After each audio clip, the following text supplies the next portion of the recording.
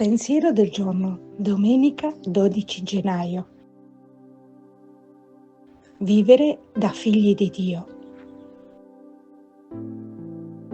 È necessario, innanzitutto, fissare lo sguardo sull'unico padre di molti figli, poi guardare tutte le creature come figli dell'unico padre, andare sempre con i nostri pensieri e con l'affetto del nostro cuore oltre ogni limite posto dalla vita semplicemente umana e tendere costantemente e per abitudine acquisita alla fraternità universale dell'unico Padre Dio. Gesù, nostro modello, ci ha insegnato solo due cose che sono una: essere figli di un solo Padre ed essere fratelli e sorelle gli uni degli altri.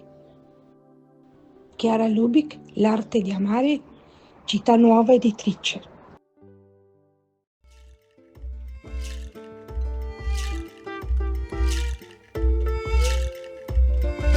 Parola di vita. Gennaio 2025. Credi tu questo? Giovanni 11:26.